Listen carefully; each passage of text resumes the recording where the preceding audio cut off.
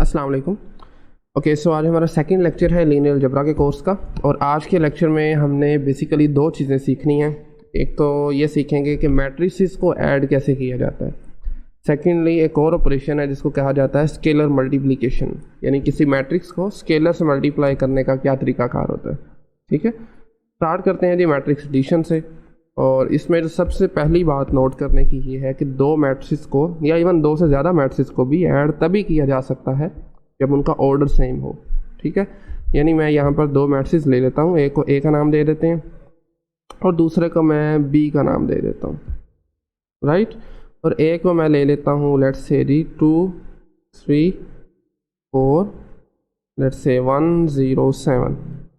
ये एक मैट्रिक्स ले लिया जिसका ऑर्डर आप देख रहे हैं कि 2 क्रॉस 3 है, यानी कि 2 रोज़ हैं और 3 कॉलम्स हैं। इसी तरह से जो मैंने बी मैट्रिक्स लिया उसमें मैं एंट्रीज ले लेता हूँ जी 1 3 लेट्स से 5 7। ये जो मैट्रिक्स आप देख रहे हैं इसका ऑर्डर 2 क्रॉस 2 है। ठीक है, अब इन दोनों को ऐड नहीं किया जा सकता। इसकी रीज़न सादा सी है, ऐड करने के लिए आपको कोरस्पॉन्डिंग एंट्रीज़ को आपस में ऐड करना पड़ता है।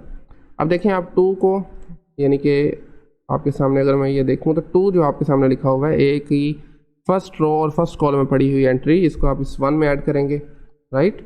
3 को आप 3 में ऐड करेंगे, 1 को आप 5 में ऐड कर देंगे, इस 0 को आप 7 में ऐड कर देंगे, तो पीछे आपके पास 4 और 7 बच गए हैं। ठीक है, इसी वजह से ही आप जो है दो डिफरेंट ऑर्डर के मैट्रिक्स को ऐड अप नहीं कर सकते। लेकिन अगर मैं इसी को ही यहाँ से ये रिमूव कर दूँ और मैट्रिक्स यहाँ पर हम कंप्लीट कर दें, देन हम इसको ऐड कर सकते हैं सिंपली, क्योंकि ऑर्डर दोनों का सेम हो गया। कैसे ऐड करेंगे, यहाँ पर आपके सामने मैं लिख देता हूँ जी a plus B that is equal to simply 2 + 1। दोनों की फर्स्ट एंट्रीज जो हैं उनको आप ऐड कर दें। फिर 3 फर्स्ट रो में पड़ा हुआ है और फर्स्ट ही कॉलम है, सॉरी सेकंड कॉलम है और फर्स्ट रो है, ठीक है ना, यहाँ पर भी और यहाँ पर भी, तो 3 + 3 कर दें आप। इसी तरह सेकंड रो और फर्स्ट कॉलम में यहाँ पर 1 है, यहाँ पर 5 है, तो 1 + 5, ठीक है, 6 आ जाएगा। और ये 0 है और ये 7 है, दैट इज़ 0 + 7। तो ये दरअसल आपके पास इससे मिलने वाला जो इसको सोल्व करने के बाद जो मैट्रिक्स मिलेगा वो दो मैट्रिक्स की एडिशन होगी। ठीक है, दैट इज़ 6। इसी तरह से ये भी 6 होगा और ये 7 आ जाएगा। ठीक है, ये आपके पास मिल गया जी एडिशन ऑफ 2 मैट्रिक्स ए और बी। इस वे में आप किसी भी ऑर्डर के मैट्रिक्स को जो कि सेम ऑर्डर के होंगे उनको आप ऐड अप कर सकते हैं। ठीक है, इसी तरह से नेक्स्ट हमारे पास ये कि आपके पास कोई भी एक मैट्रिक्स गिवन है, आप उसको किसी स्केलर से मल्टीप्लाई करना चाहते हैं, लेट्स से। ओके, पहले हेडिंग देके फिर आगे चलते हैं जी। स्केलर मल्टीप्लिकेशन नेक्स्ट हमारा टॉपिक है। ये आज के लेक्चर में आई थिंक काफ़ी थोड़ी बेसिक चीज़ें हैं, लेकिन हमें ये आगे जाने के लिए इन चीज़ों का भी आइडिया होना चाहिए। सो इसलिए हम कुछ ये बेसिक जो ऑपरेशंस हैं उनको स्टडी कर रहे हैं। ठीक है, सो नेक्स्ट हमारा जो टॉपिक है दैट इज़ स्केलर मल्टीप्लिकेशन। किसी एक मैट्रिक्स को किसी स्केलर से कैसे मल्टीप्लाई किया जा सकता है। तो फर्ज करें आपके पास एक मैट्रिक्स है, लेट्स से जी ए, और उसकी एंट्रीज मैं ले लेता हूँ 1 3 3 2 5 0। तो इसको हम -2 कर लेते हैं। ठीक है, कोई भी आप मैट्रिक्स लेना चाहें तो इसका आप देख रहे हैं जी 3 क्रॉस 2 जो है इसका ऑर्डर है, 3 रोज़ हैं और 2 कॉलम्स हैं। अब इसको स्केलर से मल्टीप्लाई करना है। स्केलर कोई भी रियल नंबर हो सकता है, इवन कम्प्लेक्स नंबर भी हो सकता है। तो मैं इसको 5 से अगर मल्टीप्लाई करना चाहूँ तो क्या तरीका कार है जी, 5a that is equal to तमाम की तमाम एंट्रीज़ को आपने 5 से मल्टीप्लाई कर देना है। तो 5 × 1 आ जाएगा। इसी तरह से यहाँ पर 5 × 3, यहाँ पर भी 5 × 3 आ जाएगा। इसी तरह से यहाँ पर 5 × -2 आ जाएगा, 5 × 5 आ जाएगा और 5 × 0 आ जाएगा। ठीक है, दैट एक्चुअली इक्वल टू 0। तो बहरहाल इससे मिलने वाला जो भी आपके पास मैट्रिक्स होगा वो स्केलर मल्टीप्लिकेशन होगी, यानी 5 आ जाएगा, यहाँ पर 15 है, यहाँ पर भी 15 आ जाएगा, सेकंड रो सेकंड कॉलम में -10 आ जाएगा, दैट इज़ 25, थर्ड रो है फर्स्ट कॉलम है, और ये लास्ट एंट्री जो आपके पास थर्ड रो है और सेकंड कॉलम वो 0 आ जाएगी। ठीक है, तो इस तरह से आप किसी भी स्केलर को किसी एक मैट्रिक्स से मल्टीप्लाई कर सकते हैं। ठीक हो गया। अच्छा जी, अब आप देखें किसी स्केलर को अगर आप मिसाल तौर पर किसी मैट्रिक्स को आप -1 से अगर मल्टीप्लाई करते हैं तो क्या होगा, यानी कि इसी मैट्रिक्स को अगर मैं -1 से मल्टीप्लाई कर देता हूँ तो क्या होगा, सब के सब साइंस चेंज हो जाएंगे, -1 -3, ये भी -3 आ जाएगा, ये 2 आ जाएगा, माइनस था ना, साइन चेंज होकर 2 आ जाएगा, -5 और ये 0 ही रहेगा।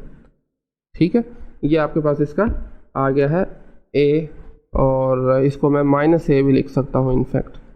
ठीक है, इसका एडिटिव इन्वर्स है। एडिटिव इन्वर्स का मतलब क्या है कि आप इन दोनों का अगर ऐड करेंगे ना, a को और -a को आपस में ऐड अप करेंगे तो आपके पास 0 मैट्रिक्स आ जाएगा। ऑर्डर सेम रहेगा, यानी कि 0 0 0 0 सारे 0 आ जाएंगे। ठीक है, 3 क्रॉस 2 का जो मैट्रिक्स है ये 0 0 बन जाएगा।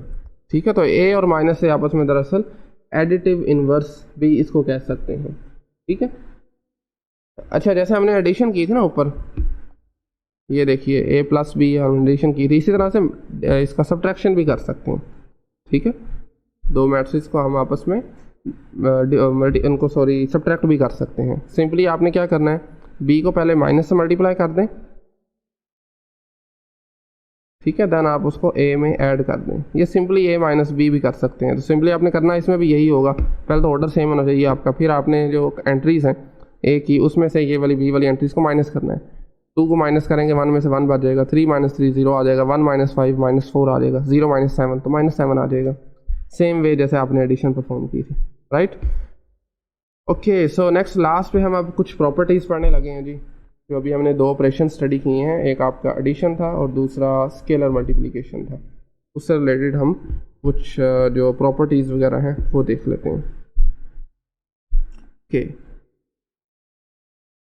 तो इसके लिए फ़र्ज़ करें जी आपके पास कोई भी 3 मैट्रिसेस मौजूद हैं, A, B और C उनको मैं कह देता हूँ।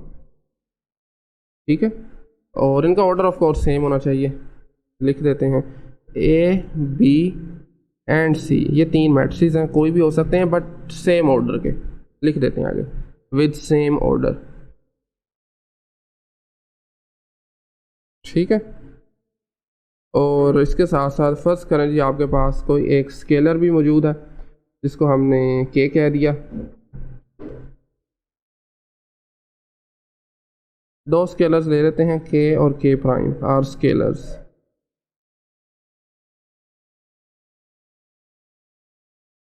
ठीक है, ये आपके पास 2 स्केलर आ चुके हैं। अच्छा जी, अब हमने जो प्रॉपर्टीज़ डिस्कस करनी है उनको 1 बाय 1 देख लेते हैं हम सबको।